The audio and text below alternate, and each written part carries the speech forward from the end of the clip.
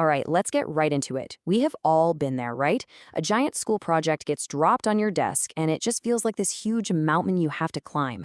But what if we could flip that feeling of dread into, I don't know, an actual adventure? We're going to break down a really clear, step-by-step guide to not just get through your next project, but to absolutely crush it.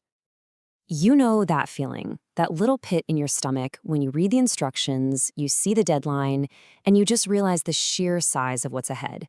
It can be totally overwhelming, like you have no idea where to even start. It's a feeling every student knows.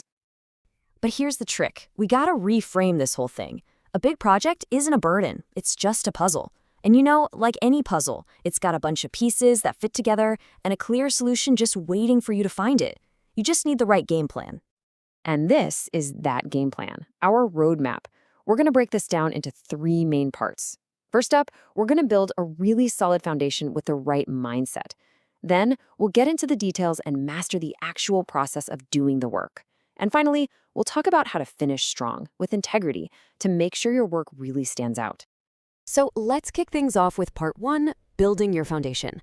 Before you even think about writing a single word or doing any research, the most important work happens right up here in your head. It is all about getting into the right mindset for success. The very first piece of that foundation is responsibility. And look, this isn't just about handing something in. It's about taking real ownership. That means hitting your deadlines, sticking to the plan, and this is a big one, doing your own original work. No just copying and pasting from the internet. Now, if it's a group project, that ownership is a team sport. And great teamwork is way more than just splitting up the work. It means you're actually listening to each other, you're helping a teammate who's struggling, and you're respecting that maybe, just maybe, their idea is different from yours, and that's a good thing. That's how a group really becomes a team. And now for what I think is kind of the secret weapon, a growth mindset. This is this powerful belief that your talents and your smarts aren't just fixed. You can actually get better. It means that through effort, through feedback, and even through making mistakes, you can improve. Challenges aren't roadblocks, they're basically opportunities to level up. So think about that little voice in your head. A fixed mindset sounds like, I'm just bad at this, and it just stops there. But a growth mindset, it asks a totally different question. It says, okay, this is hard, but what can I learn from it? Let me try a new approach. That tiny shift in how you talk to yourself can make all the difference. Okay, our foundation is solid, we've got the right mindset, so let's move on to part two, mastering the process. This is the nitty-gritty, the how-to, the actual steps you take to get from a blank page to a finished project you're really proud of. First things first, please don't try to do this all by yourself. Your teacher is your #1 resource, so use those project check-ins, show up, tell them how it's going, and actually bring your messy first draft or your notes. And most importantly, if you are stuck, ask for help. That is literally what they are there for.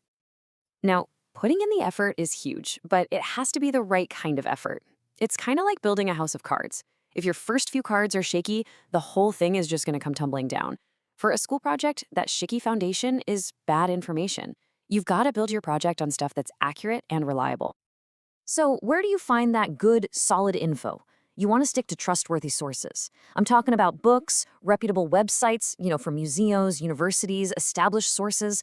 And even informative videos or interviews with experts can be amazing. Quality in equals quality out. Okay, so you've gathered all this awesome information. Now comes probably the single most important step.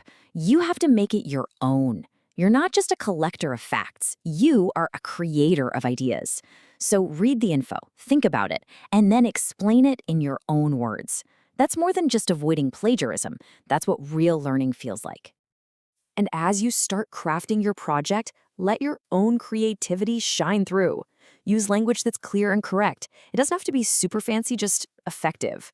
And please double-check your grammar and spelling. Finally, be brave. Try a new way of doing things. This is your chance to get creative. All right, we have built the foundation, we have mastered the process. Now it is time for part 3, finishing with integrity. This is where you add that final layer of polish. These last few steps are what take a project from just being done to being truly excellent. If you've got a presentation, practice is everything. You want to speak clearly and with confidence. The best way to do that? Practice beforehand until it feels natural. Here's a pro tip. Use short notes, not full sentences. It'll help you sound way more conversational. And think ahead. Be ready for whatever questions might come your way. I want you to remember this. When you hand in a project, your name is on it. That work is a direct reflection of you. So you have to make sure that the work is truly 100% yours. And this all comes down to something called academic honesty. It's really simple. It means you always, always give credit to your sources. You never, ever copy a friend's work. It's just about being honest and responsible from start to finish. That kind of integrity is worth way more than any grade. So we've covered the foundation, the process, and the finish. Let's kind of zoom out and pull it all together, because we need to talk about why this all matters so much, beyond just, getting it done. Because at the end of the day, the real goal of any project is not the letter or the number your teacher writes on the top of the page. I mean, if that's the only thing you're focused on, you're kind of missing the whole point. This is the big idea that connects everything we've talked about. You've got to see every single project as a real opportunity. It's a chance to learn something new, to solve a tricky problem, to get better at working with others, and to just become a more capable person. In other words, it's a chance to grow. So as you look at your next big assignment, don't think of it as a chore. Think of it as a blank page, an opportunity.